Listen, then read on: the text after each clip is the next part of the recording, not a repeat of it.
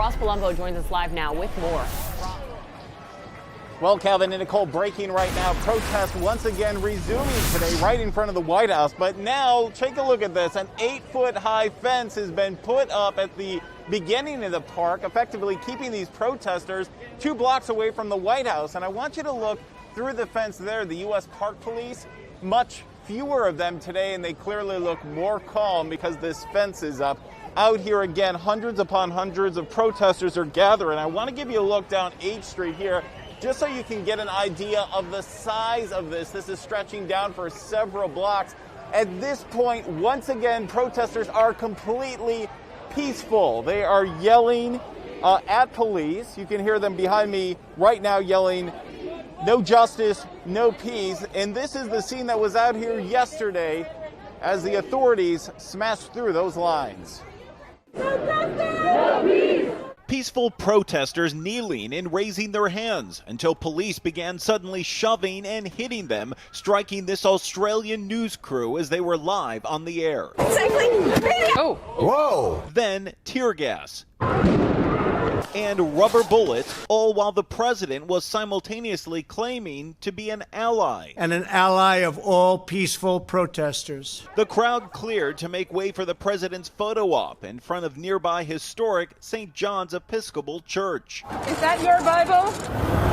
Stay Bible. All of it outraging D.C.'s bishop, saying the president is welcome to pray here, but not use the church as a prop. He is not entitled to use the spiritual symbolism of our sacred spaces and our sacred texts to promote or to justify a entirely different message. Republicans now saying very little, Good morning, everyone. but Democrats outraged. Then beat them so they could clear the area so the president could come out and go forward. What is that? Rival candidate Joe Biden speaking out at a church in Delaware.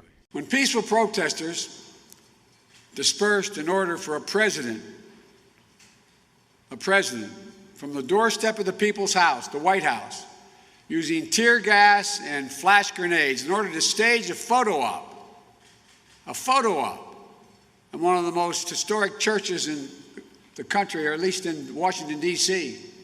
We can be forgiven for believing the president is more interested in power than in principle. The president, meanwhile, visiting St. Paul John II's National Shrine to lay a wreath, as his advisors at the White House are now saying Trump didn't know how protesters were being removed before his church trip yesterday. Clearly, the president doesn't know how law enforcement is handling his movements, his travel one way or the other. Well, you just heard that presidential advisor Kellyanne Conway claiming that the president, as he was saying that at this moment yesterday he was ordering soldiers onto the streets, Kellyanne Conway now claiming that the president knew nothing about this area being cleared of peaceful protesters. We want to point out as well that the president visited Pope John Paul II shrine in the Catholic Archbishop of this area, now saying that that is reprehensible once again, saying that the church or religion should not be used as a prop for the president. Okay, back out here in front of the White House, you can see hundreds upon hundreds of protesters out here peacefully once again. And Calvin and Nicole, there is once again a curfew happening at 7 o'clock, so we'll stay out here and see how that goes. But again, at this moment, just as it was last night, peaceful protest in front of the White House, only now there is an 8-foot-high fence between them and the president. another peaceful protest underway. Thank you, Ross.